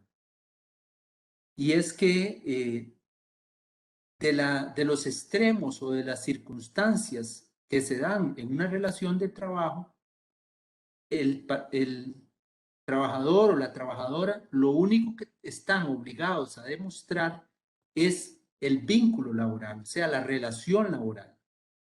Pero todos los demás extremos, pago del salario, monto de salario, perdón, vacaciones, aguinaldo, horas extra, por ejemplo, sobresueldos, todas esas particularidades propias de la relación de trabajo, quien está obligado a la prueba es la parte patronal. Entonces, por ejemplo, en una demanda de trabajo, en principio esa demanda goza de una presunción de veracidad, porque si la parte patronal acepta que hubo relación de trabajo y el trabajador viene reclamando que no se le pagó vacaciones, que no se le pagó aguinaldo, que eventualmente la jornada de trabajo excedía de manera permanente el mínimo, digamos, de las 8 horas, y entonces que eventualmente se elaboraban 10 horas, 12 horas por día, y hay unas horas extra que cobrar, pues entonces todos esos elementos, quien está obligado a demostrar que no se dieron es el patrón. Entonces, desde esa perspectiva es que sí existe esa presunción, como presunción de veracidad de la demanda, partiendo, por supuesto, de los principios básicos del derecho laboral que ya conocemos, ¿verdad? En este caso, básicamente el principio protector y sus derivaciones, como sería la regla de interpretación a favor del trabajador, el principio del indubio pro operario y estos que tutelan a la parte más débil de la relación laboral, que es la parte trabajadora. En nuestro Código de Trabajo se prevé que el patrono está obligado a llevar un registro y control de todos los pagos que haga, de los horarios, el control de ingreso por aquello de tardías y de ausencias, de todo esto. Entonces, si un patrono incumple con esas obligaciones, pues él es el que va a sufrir eventualmente el no poder demostrar esa situación por la presunción de veracidad que tiene la demanda. Bien, tenemos una pregunta de Juana Castillo que dice, respecto a las personas que ya no laboran en la empresa, sobre quienes versan un desahogo en particular, creo que se me está cortando un poco la red.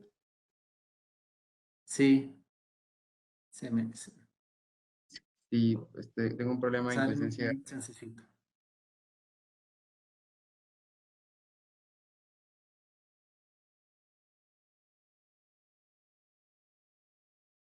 Vamos a darle un momentito, a ver.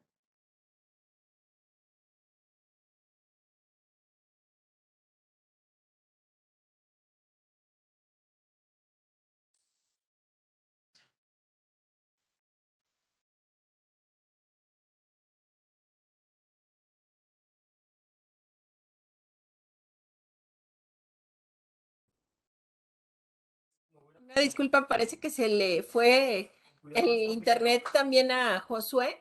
Y Sí, bueno, estaba viendo, no hay sí, problema. No estaba se preocupe. en plena pregunta. Perdón que no he intervenido yo ahora, pero traigo una voz melodiosa. Ujú. Una disculpa, maestro. Me parece que dice, en el supuesto de que dentro del proceso fallece el trabajador, ¿pueden los herederos exigir las presentaciones o más bien dicho, continuar el procedimiento? No sé si esa Sí, pregunta era...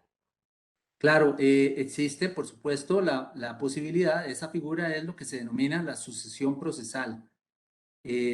Bueno, si, si la persona fallece y no se había instaurado el proceso, pues lo que corresponde es que los familiares cercanos establezcan el proceso sucesorio ante un juzgado civil y que se nombre un albacea como representante de esa sucesión para que pueda, digamos, presentar el proceso laboral.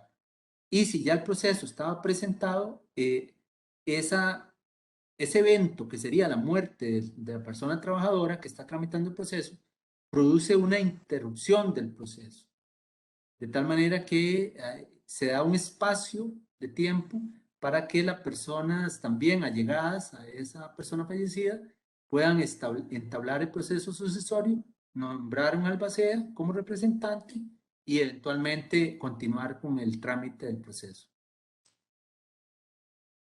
Muy bien.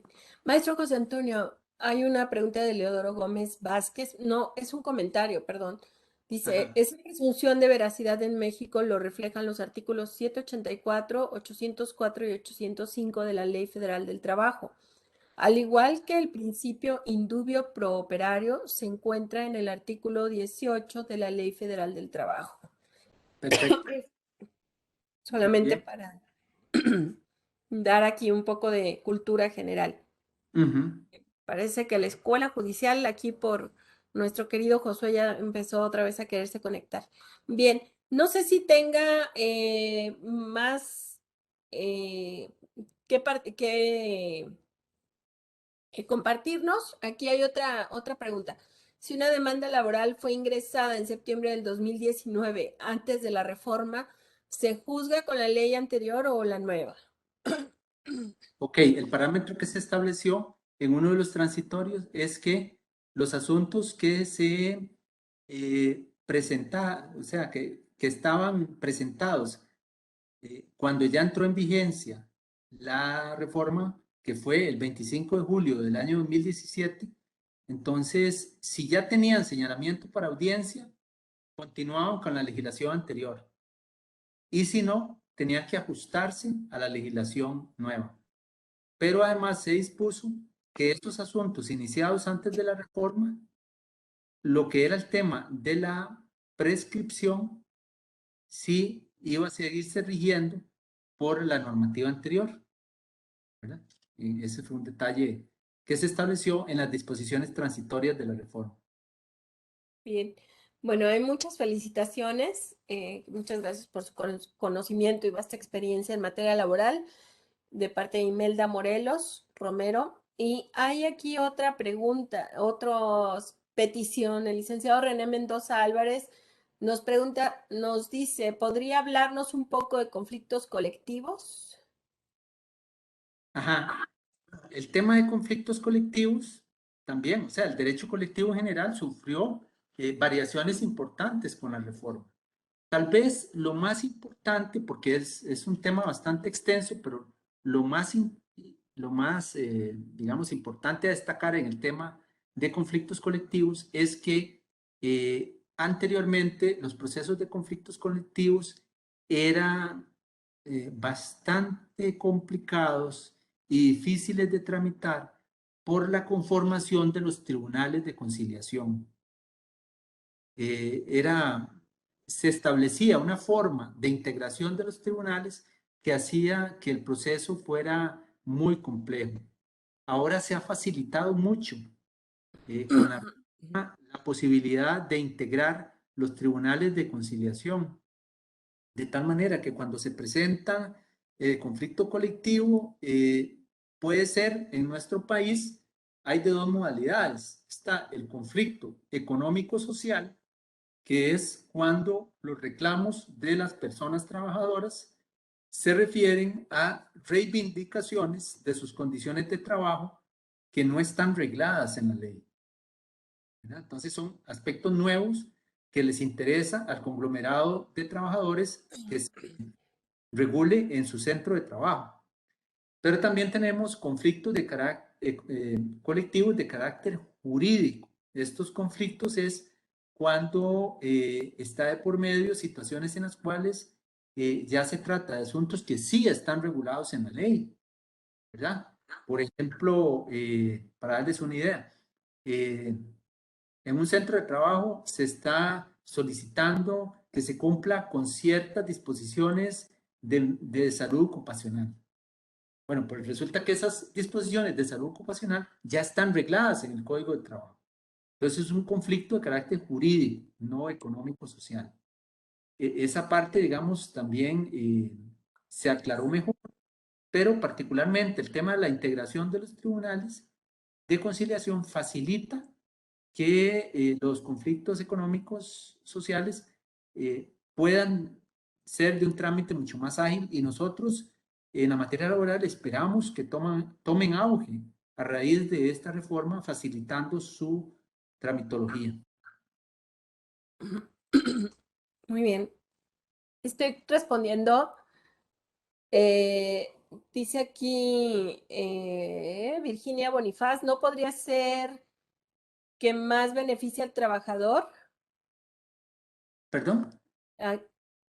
Virginia Bonifaz menciona, dice, ¿no podría ser la que más beneficia al trabajador respecto de lo que ahorita comenta? Virginia, si nos haces un poco de contexto de lo que te refieres, porque Sí, porfa. creo ¿No es que cierto? sí nos perdimos, ¿verdad? Excelente ponencia, muchas gracias, muy interesante ponencia. Y estoy leyendo algunas de Facebook también. Bueno, pues muchas felicitaciones de todas partes, estimado maestro. Y bueno, no sé si hay alguna otra parte, algún otro asunto que nos quedó pendiente, o ya fue Bueno, como les decía, en prácticamente de la la... parte de trámite de propiamente del proceso ordinario es ese, ¿verdad? Es un proceso ahora mucho más ágil, como les decía, por este cambio de ser un proceso escrito a un proceso por audiencias. Entonces, vean qué fácil. Antes había toda una serie de pasos por escrito que hacían el proceso más largo. Antes, por ejemplo, se daba la demanda, se le daba trasladada la demanda, venía la contestación, de la contestación se daba una audiencia, lo que se llamaba la audiencia contra prueba. Luego de eso, eventualmente se recibía la prueba, se veía si era necesario señalar para recibir algún testigo, se daban una serie de incidencias y trámites que todo se resolvía por escrito. Entonces eso hacía que los procesos por escrito, bueno, en general, nuestros sistemas procesales en Latinoamérica han tenido una historia de proceso escrito muy larga, ¿verdad?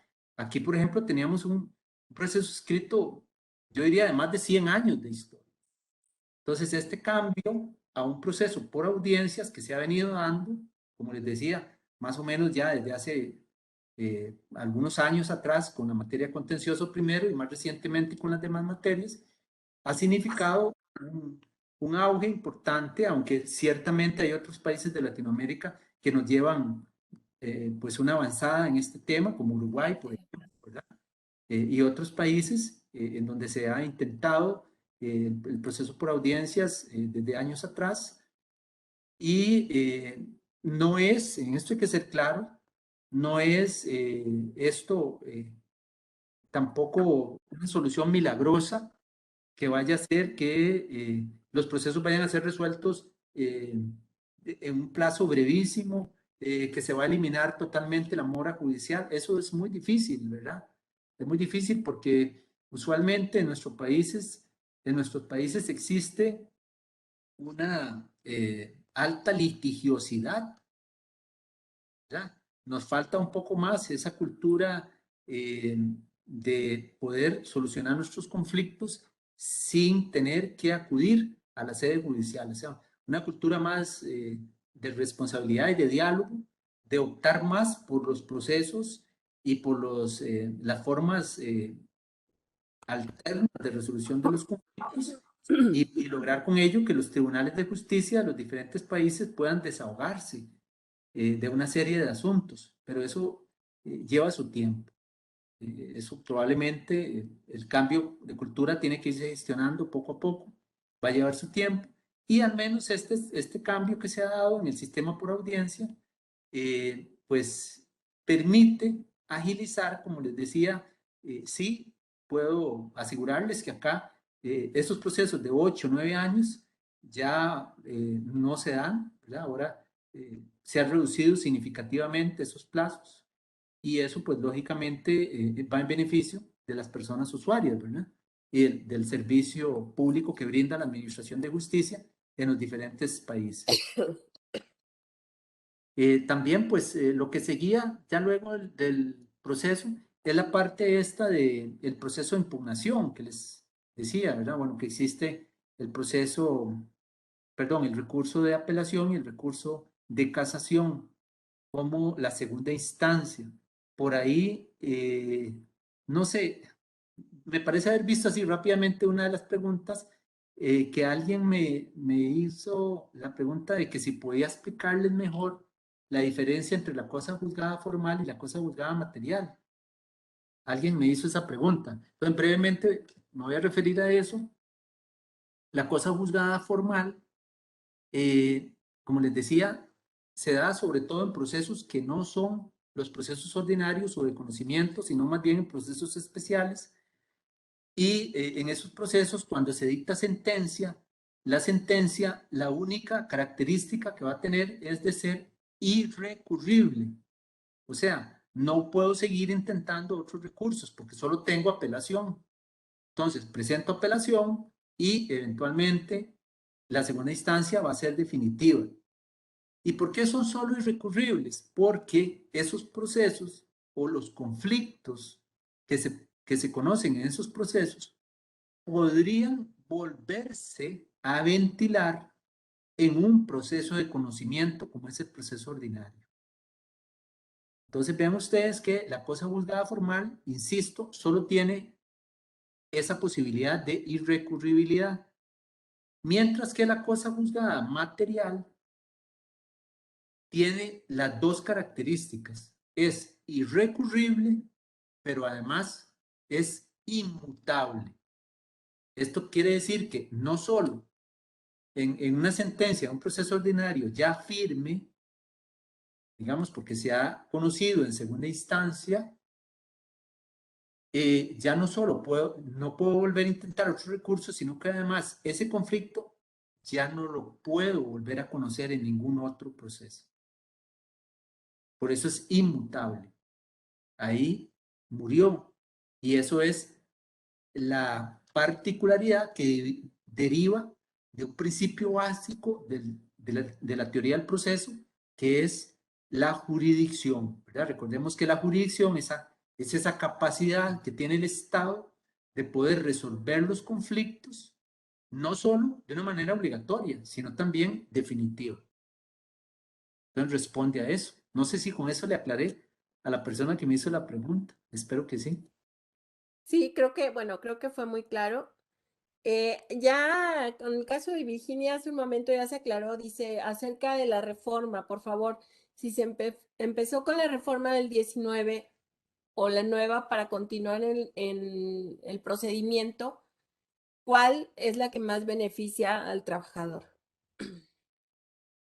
Bueno, yo siento que la reforma que está ahora en vigencia, que como les decía, inició el 25 de julio del año 2017, favorece más a la parte trabajadora. En esto, la reforma no tuvo, digámoslo así, un parto fácil. Fue un parto de 10 años. Desde que se iniciaron en los primeros proyectos de reforma, se tardó 10 años. Y ustedes saben que estos son temas sensibles. La materia laboral siempre es un tema sensible a nivel social y a nivel político de los países. Hay Claro. intereses patronales, intereses de los sindicatos, de los grupos de trabajadores y por supuesto también intereses del Estado. Entonces, muchas veces no se lograban consensos políticos a nivel, en este caso, del Congreso o de la Asamblea Legislativa.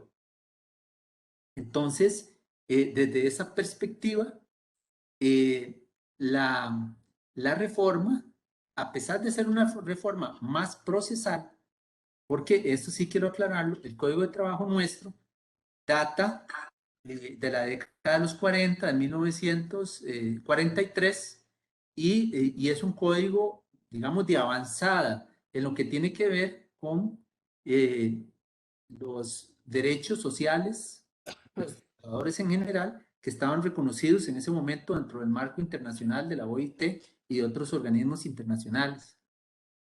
Pero en la parte procesal estábamos debiendo, como les decía, porque la parte procesal se regía más por la materia civil. Entonces, por eso es que se trató de ajustar. Y ciertamente es más favorable todas aquellas iniciativas que busquen procesos más ágiles. Porque ¿quiénes son los más beneficiados con una solución más pronta al conflicto? Por supuesto que las personas trabajadoras, ¿verdad?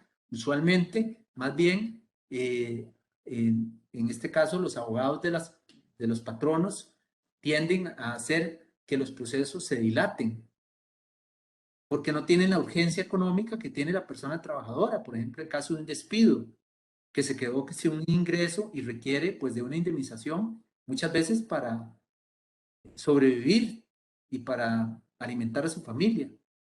Entonces, quien tiene la necesidad económica más agobiante es la persona trabajadora. Y si logramos que eso sea más ágil y más sencillo, es en beneficio de ella. Muy bien, muchas gracias. Está Martín de Anda, dice que en caso de la compra de una fuente de trabajo, ¿hasta dónde opera la sustitución patronal en caso de demandas pendientes de resolver hasta antes de dicha transacción? Bueno, la sustitución patronal en nuestro país tiene un lapso de 6 meses en cuanto al resguardo de los derechos de los trabajadores. ¿Qué quiere decir esto? Que cuando opera una sustitución patronal, los primeros 6 meses de esa nueva, de ese cambio del patrono, en esos primeros 6 meses, ambas entidades patronales, la anterior y la actual, van a ser responsables por cualquier indemnización hacia las personas trabajadoras. Luego de esos 6 meses, solamente será la nueva entidad patronal quien será la responsable. Así es como opera. Ok. Ah, pues muy interesante. Eso es obviamente allá en Costa Rica. En Costa Rica, sí, por supuesto. Sí, porque, bueno, en México lograr la ejecución de un laudo anterior, del anterior sistema ha sido un problema en su país, perdón, ha sido un problema en su país. ¿Qué medidas, garantías, herramientas jurídicas existen para lograr la ejecución?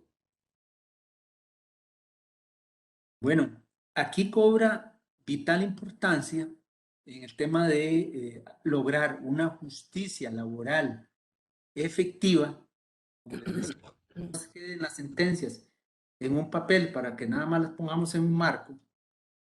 Tenemos el tema del procedimiento cautelar.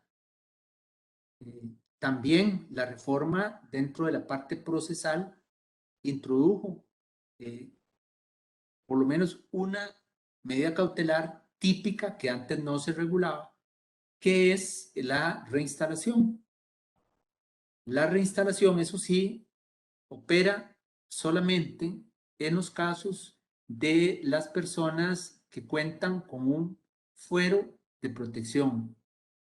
Por ejemplo, en el caso de de la mujer en estado de embarazo o de lactancia, en el caso de dirigentes sindicales, personas menores de edad y, como les dije anteriormente, en el caso de funcionarios o funcionarias públicas que cuentan con estabilidad y que debe de observarse para ellos un debido proceso. En todos esos casos, opera como medida cautelar la reinstalación en el puesto. Y es una medida cautelar que opera de manera inmediata para evitar que la persona pues sufra el quedarse sin un salario, ¿verdad? Pero bueno, además de eso, para las personas que no tienen esa posibilidad de la reinstalación, existe, por ejemplo, la posibilidad del embargo preventivo de bienes. Entonces, es una opción que también puede acudirse para que desde el mismo momento de iniciar el proceso e incluso desde antes, en forma anticipada al inicio del proceso, se pueda decretar un embargo de bienes de la parte patronal y de esa manera garantizar un poco mejor la efectividad de un eventual fallo o sentencia favorable a la persona trabajadora. Bien. Aquí hay otra pregunta. Dice, el desistimiento, Raimundo Urquijo, ¿el desistimiento de la demanda es válido en todos los casos? ¿Qué pasa en el caso de existencia de derechos irrenunciables?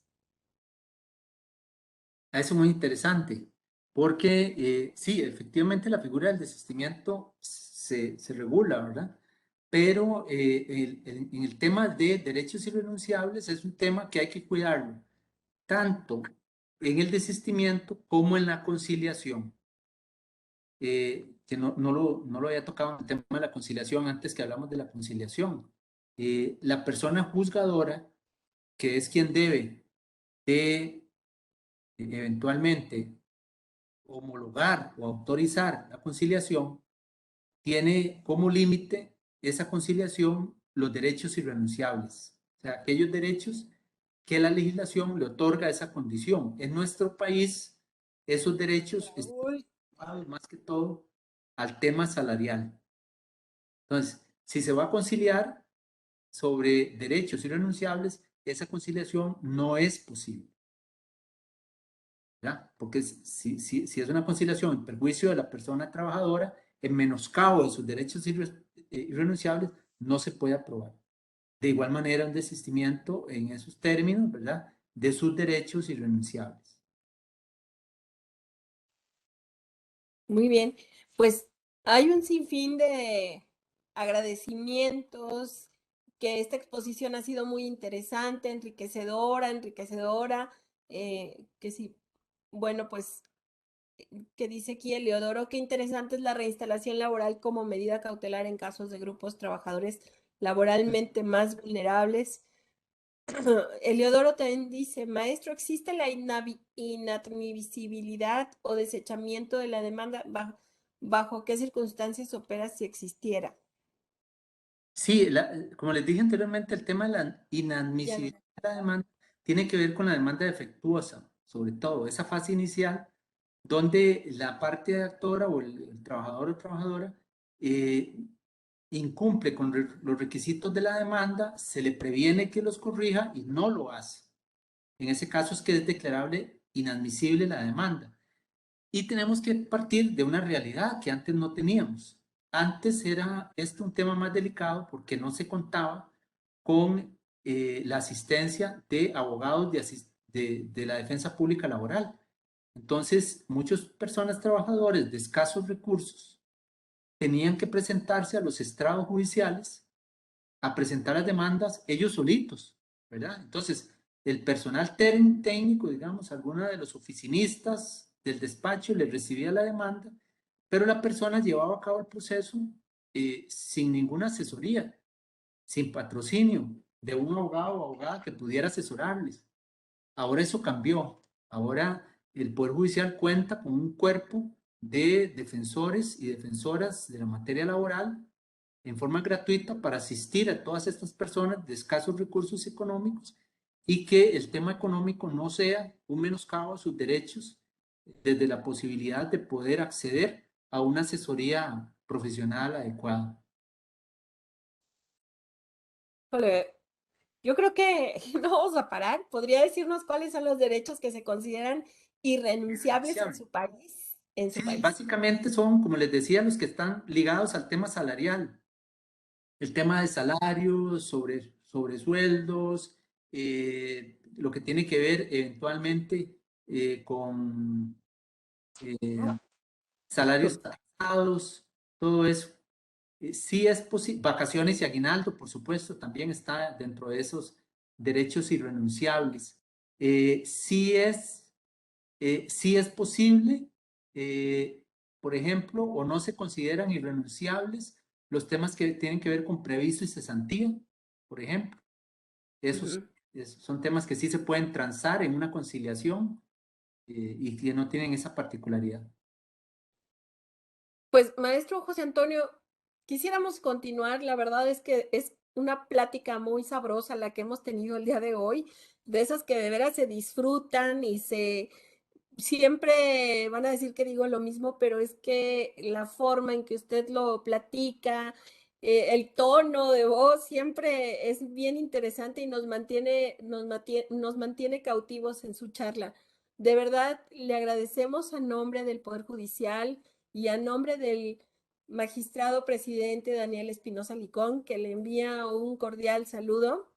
Él, siempre le estoy pasando al día cómo vamos, cuántas personas, qué preguntas, quién es el ponente, todo, todo. Y él cuando puede le mando la liga de Facebook y de donde anda se conecta.